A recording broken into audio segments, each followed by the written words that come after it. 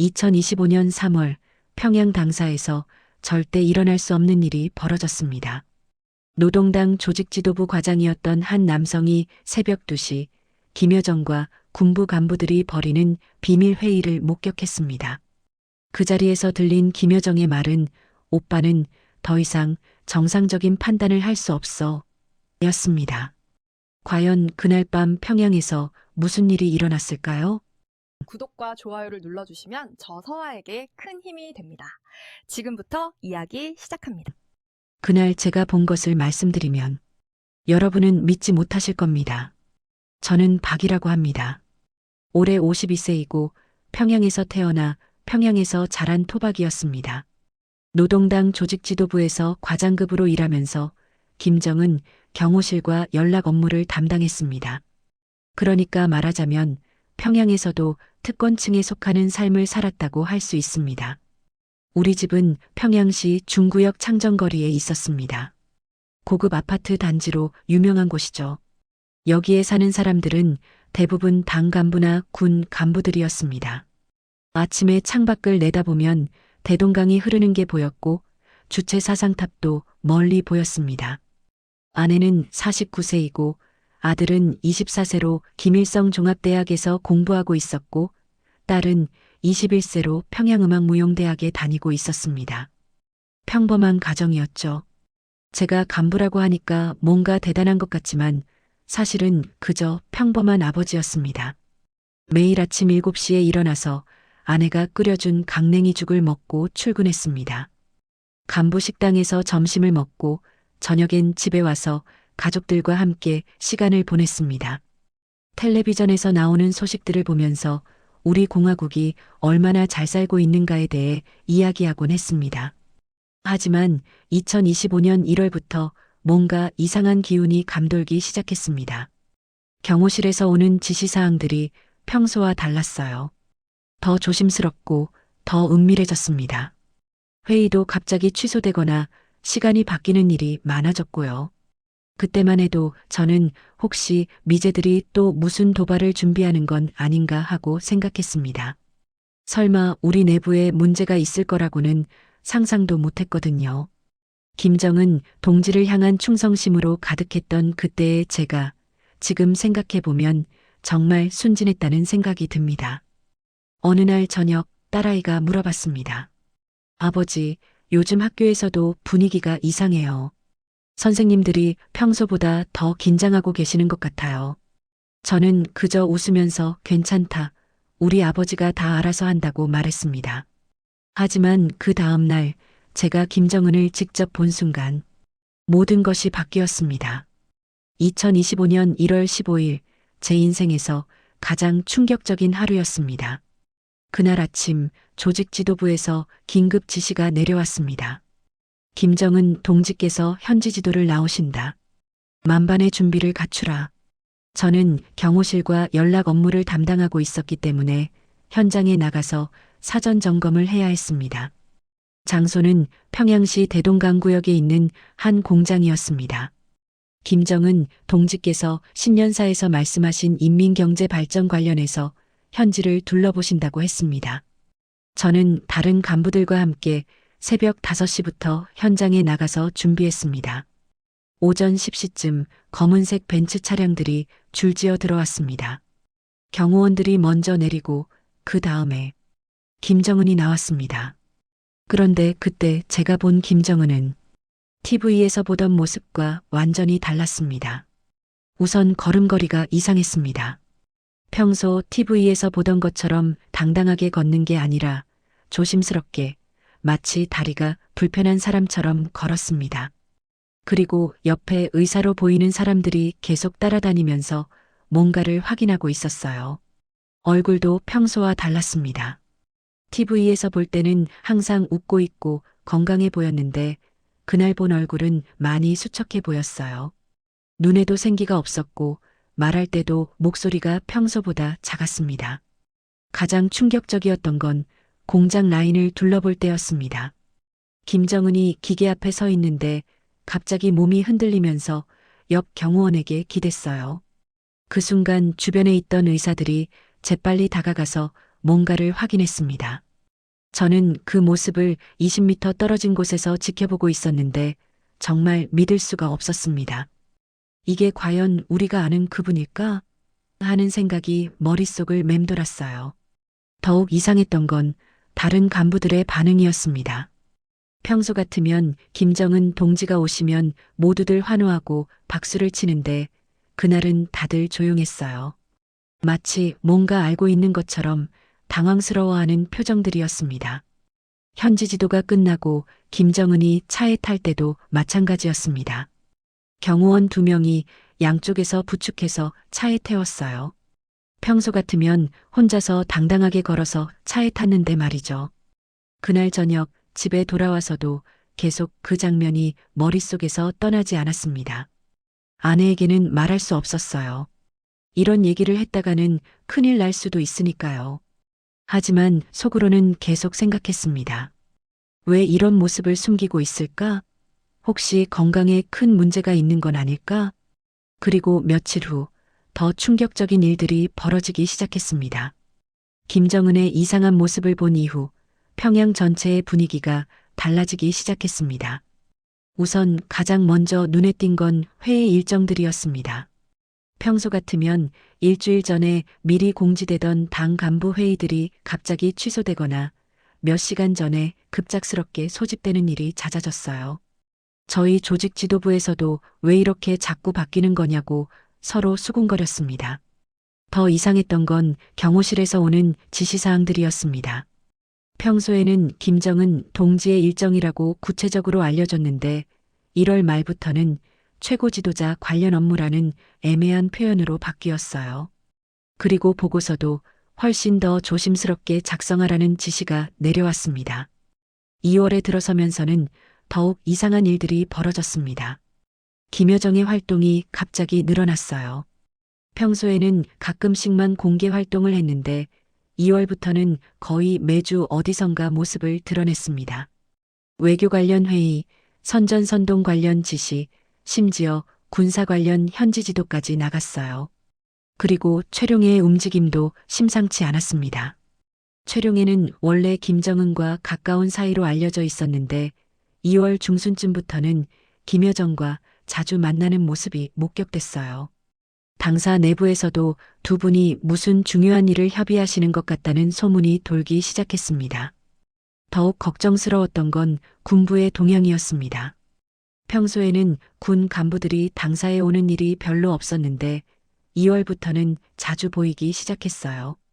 그것도 보통 군 간부가 아니라 총정치국이나 정찰총국 같은 핵심 부서의 고위 간부들이었습니다. 제가 직접 목격한 일도 있습니다. 2월 20일쯤이었는데 저녁 늦게 당사에서 일을 마치고 나오는데 검은색 승용차들이 줄지어 들어오는 걸 봤어요. 번호판을 보니 군부 차량들이었습니다. 이상한 건 그 시간에 공식적인 회의 일정은 없었다는 거예요. 집에 돌아와서 아내에게 넌지시 물어봤습니다. 요즘 동네 분위기가 어떠냐? 아내는 글쎄 뭔가 다른 것 같긴 한데 부녀의 모임에서도 다들 조심스러워한다고 했어요. 아이들도 학교에서 평소보다 더 엄격한 교육을 받고 있다고 했습니다. 가장 결정적이었던 건 2월 말에 있었던 일입니다. 평소 같으면 김정은의 공개 활동 소식이 조선중앙텔레비전에 매일 나왔는데 일주일 넘게 소식이 없었어요. 대신 김여정과 최룡해의 활동만 계속 보도됐습니다. 저는 그때 처음으로 심각한 위기감을 느꼈습니다. 혹시 김정은에게 정말 큰 문제가 생긴 건 아닐까? 그리고 그 빈자리를 김여정이 채우려는 건 아닐까? 하는 생각이 들었어요.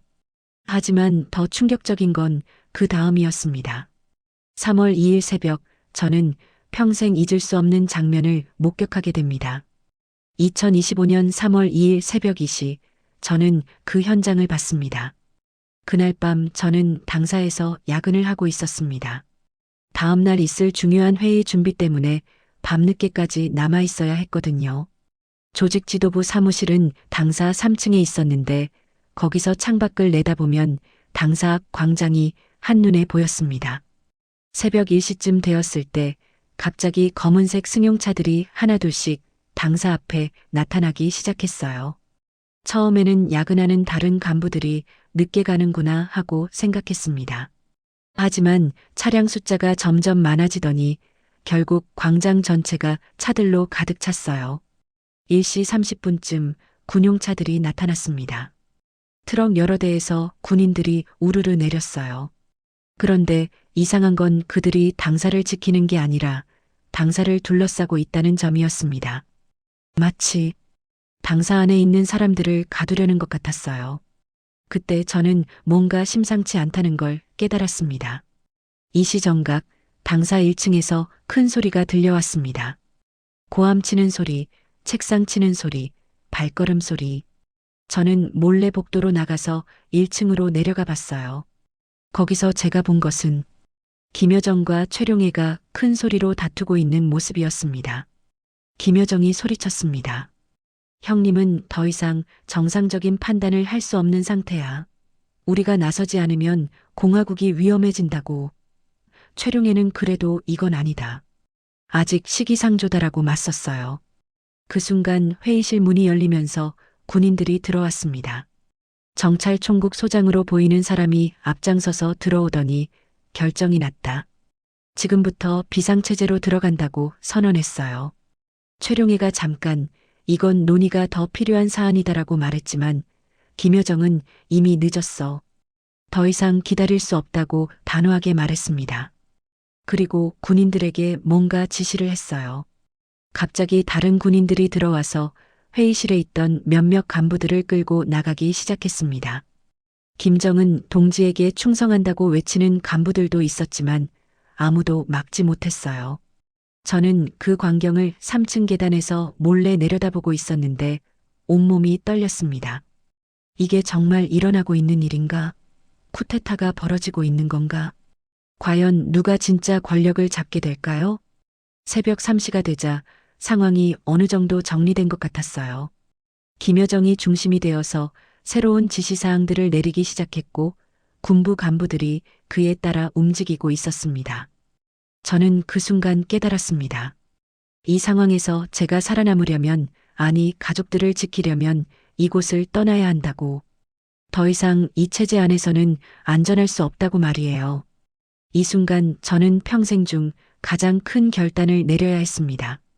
그날 새벽 당사에서 목격한 일을 두고 저는 며칠 밤을 잠들지 못했습니다. 3월 3일부터 평양의 분위기는 완전히 바뀌었어요. 김정은의 공개 활동 소식은 완전히 사라지고 대신 김여정의 지시사항들이 매일 전달되기 시작했습니다. 혁명의 연속성을 위한 새로운 단계라는 명분으로 많은 간부들이 교체되거나 사라졌어요. 가장 무서웠던 건 숙청이 시작된 거였습니다. 3월 5일 제가 잘 알던 조직지도부 부부장이 갑자기 연락이 안 됐어요. 사무실에도 나오지 않고 집에 전화해도 받지 않았습니다. 나중에 알아보니 반당반혁명 분자라는 죄목으로 어디론가 끌려갔다고 하더군요. 그 다음 날에는 또 다른 간부가 사라졌습니다. 그리고 그 다음 날에도 매일매일 누군가가 사라져갔어요. 평소에 김정은에 대한 충성을 강조했던 사람들일수록 더 위험해 보였습니다. 3월 8일 드디어 제게도 소환 통지가 왔습니다. 조직 지도부 박동진은 내일 오전 10시 정치보위부로 출두하라는 내용이었어요. 순간 온몸이 얼어붙는 것 같았습니다. 그 순간 저는 깨달았습니다. 이대로는 살 수 없다고. 그날 밤 집에 돌아와서 아내와 아이들에게 모든 걸 말했습니다. 처음에 아내는 믿지 못하겠다는 표정이었어요. 당신 무슨 소리예요? 우리가 어디로 간다는 거예요? 하면서 울기 시작했습니다. 여보, 우리 애들만이라도 살려야 해요. 이 상황에서는 가족이 제일 소중해요. 아들과 딸에게도 사실대로 말했습니다. 24살, 21살이니까 충분히 이해할 나이였거든요. 처음에는 둘 다 충격을 받았지만 며칠 전부터 학교에서도 이상한 일들이 많았다면서 저의 판단을 믿어준다고 했어요. 그부터는 철저하게 준비했습니다. 우선 중국으로 넘어갈 수 있는 루트를 찾아야 했어요. 다행히 예전에 업무상 알게 된 국경 지역 간부가 있었습니다. 조심스럽게 연락해서 도움을 요청했어요. 돈도 준비해야 했습니다. 집에 있던 외화와 금품들을 모두 모았어요. 그리고 중국에서 쓸 수 있는 위안화도 암시장을 통해 구했습니다. 위험한 일이었지만 선택의 여지가 없었어요. 가장 마음 아팠던 건 집을 정리하는 일이었습니다. 52년간 살아온 이 땅, 가족들과 함께 만든 추억들, 모든 걸 버리고 떠나야 한다는 현실이 너무 슬펐어요. 3월 12일 밤, 우리 가족은 마지막 저녁을 함께 먹었습니다. 아무도 말하지 않았지만 모두 알고 있었어요. 이게 평양에서의 마지막 밤이라는 걸. 아내가 해준 김치찌개 맛을 지금도 잊을 수가 없습니다. 아버지, 우리 정말 살 수 있을까요? 딸아이가 물었을 때 저는 확신을 가지고 대답했습니다. 그래, 우리는 반드시 살아남을 거야. 2025년 3월 13일 새벽 4시, 우리 가족의 탈출이 시작되었습니다. 2025년 3월 13일 새벽 4시, 우리 가족의 생사를 건 여행이 시작되었습니다. 평소보다 2시간 일찍 일어나서 마지막 준비를 했습니다. 가져갈 수 있는 건 최소한의 옷가지와 돈, 그리고 가족사진 몇 장뿐이었어요. 아내는 부엌에서 가져온 작은 김치통을 가방에 넣으려고 했는데 저는 말렸습니다. 무거우면 안 되거든요. 새벽 5시 미리 약속한 대로 아는 사람의 차가 집 앞에 왔습니다. 평범한 회색 승용차였어요. 우리는 일반 시민들처럼 옷을 입고 자연스럽게 차에 탔습니다. 혹시라도 이웃들이 볼까봐 조심스러웠거든요. 평양을 벗어나는 길이 이렇게 길게 느껴진 적이 없었어요. 평소에는 30분이면 도착하는 거리인데 그날은 몇 시간 같았습니다. 창밖으로 지나가는 평양의 거리들을 보면서 이게 마지막일 수도 있구나 하는 생각이 계속 들었어요. 첫 번째 검문소에서 심장이 터질 뻔했습니다. 보안원이 차를 세우더니 신분증을 요구했어요. 다행히 저희는 공식적인 출장 명목으로 서류를 준비했기 때문에 별 문제 없이 통과했습니다. 하지만 온몸에 식은땀이 났어요. 평양에서 국경까지는 하루 종일 걸렸습니다. 중간중간 검문소를 통과할 때마다 가슴이 철렁했어요. 특히 함경북도에 들어서면서부터는 군인들의 검문이 더 까다로워졌습니다. 요즘 탈북자들이 많아서 보안을 강화했다는 얘기를 들었어요. 가장 위험한 순간은 마지막 검문소였습니다. 국경에서 5km 떨어진 곳에서 군인이 차를 완전히 세웠어요. 짐 검사까지 하겠다고 하더군요. 그때 저희가 가져온 외화가 발견될 뻔했는데 다행히 미리 준비한 담배 한 보루를 건네면서 고생이 많습니다 라고 했더니 대충 넘어갔어요. 국경 마을에 도착한 건 저녁 7시쯤이었습니다. 이미 어두워지기 시작했어요. 브로커가 기다리고 있었는데 생각보다 젊은 여자였습니다. 오늘 밤에 건너야 한다. 내일은 순찰이 강화된다고 하더군요. 그런데 그때 충격적인 소식을 들었습니다. 브로커가 말하길 평양에서 큰 변화가 일어나고 있다는 거예요. 김정은이 공식 석상에서 완전히 사라지고 김여정이 모든 권력을 장악했다는 소문이 돌고 있다고 했어요. 그럼 우리가 본 게 정말 쿠데타였구나 하는 생각이 들면서 동시에 안도감이 들었어요.